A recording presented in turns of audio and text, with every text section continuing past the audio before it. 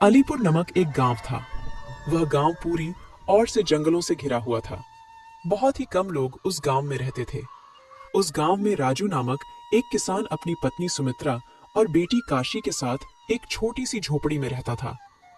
राजू का उस गांव में अपना कुछ भी नहीं था, बस वही छोटी सी झोपड़ी थी जिसमें वह रहता था। गांव में कमाई का ज्यादा जरिया न होने की वजह से राजू जंगलों में जाकर वहां से उसे जो मिलता उसको अपने साथ लेकर बाजार में बेचने के लिए चला जाता था। बाजार उस गांव से बहुत दूर था, इसलिए राजू को बाजार जाते जाते तक दोपहर हो जाता था। राजू सारा सामान बेचकर शाम तक घर वापस आ पाता था। राजू के घर का गुजारा जंगलों के फल फूल बेचकर हो जाता था। राजू को जंगल से बहुत लगाव था।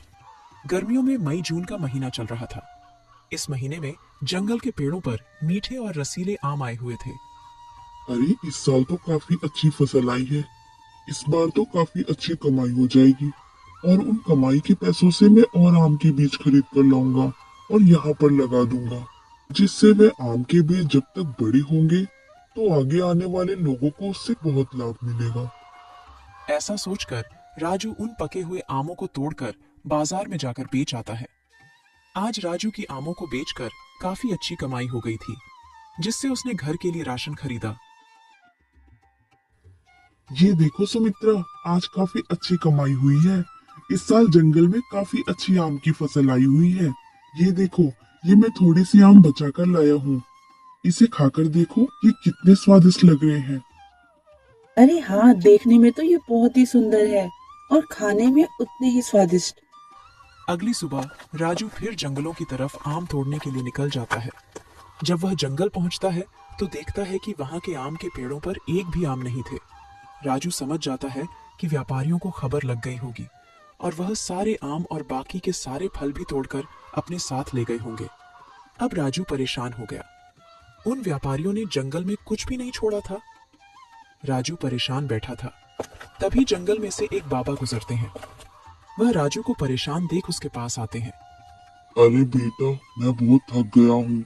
क्या तुम्हारे पास पानी मिलेगा? बाबा, मेरे पास तो पानी नहीं है, लेकिन मैंने सुना है इस जंगल से कुछ दूर आगे जाकर एक नदी है, वहां पर पानी मिल सकता है।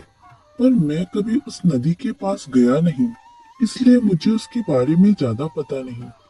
बेटा, मैं बहुत थक गया हूँ, मैं अब और नहीं चल सकता। क्या तुम मेरे लिए उस नदी से पानी ला सकते हो? ठीक है बाबा, आप मेरा यहीं बैठकर इंतजार करना, मैं अभी आपके लिए पानी लेकर आता हूँ। राजू पानी की तलाश में उस नदी की ओर चल पड़ता है। जब राजू ने चलना शुरू किया तो मानो जंगल खत्म होने का नाम ही नहीं ले रहा था। तालाब वहां से बहुत दूर था। पता नहीं वह तालाब सच में है वहां पर या नहीं, मैंने तो बस उसके बारे में सुना था। चलो कोई नहीं, इतना दूर आ गए हैं तो थोड़ा और चलकर देखते हैं। चलते चलते आखिरकार राजू उस तालाब के पास पहुंच जाता है। जब राजू तालाब के पास पहुंचा तो उसने देखा वह तो एक अलग ही दुनिया थी। चारों ओर वृक्षों और फलों से घिरी हुई। वहां पर बहुत सुंदर सुंदर फल थे। फलों की चमक और उनकी सुगंध अलग ही थी। अरे वाह, यहाँ तो बहुत सुंदर सुंदर फल है और इसका सुगंध तो मानो जैसे किसी स्वर्ग के राजा के लिए बनाई गई हो। चलो, यहाँ पर आने से मुझे एक फायदा तो हुआ। अब मैं यहाँ से फल तोड़कर बाजार लेकर जा सकता हूँ और उन्हें बेच सकता हूँ। लेकिन ये फल अगर किसी के हुए तो? वैसे तो इतने घने जंगल में मुझे नहीं लगता कोई आता होगा, पर क्या पता ये किसी और के फल हो जो उसने बड़ी मेहनत से यहाँ उगाए हों। नहीं नहीं, मैं ऐसे इन फलों को नहीं तोड़ सकता। ऐसा कहकर राजू वहां से जाने लगता है। तभी वहां मौजूद एक आम के पेड़ में से आवाज आती है। राजू, तुम कहाँ जा रहे हो? थोड़ा पानी मुझे भी पिला दो, मैं बहुत दिनों से प्यासा हूँ। तालाब के पास होते हुए भी मैंने कितने दिनों से पानी की एक बूंद नहीं पी है। राजू उस पेड़ को बोलता हुआ देख बहुत आश्चर्य में था। वह समझ नहीं पा रहा था यह सब क्या हो रहा है। तुम कौन हो? तुम तो पेड़ हो ना, तुम बोल कैसे सकते हो? हे भगवान, ये कौन सी मायावी दुनिया है?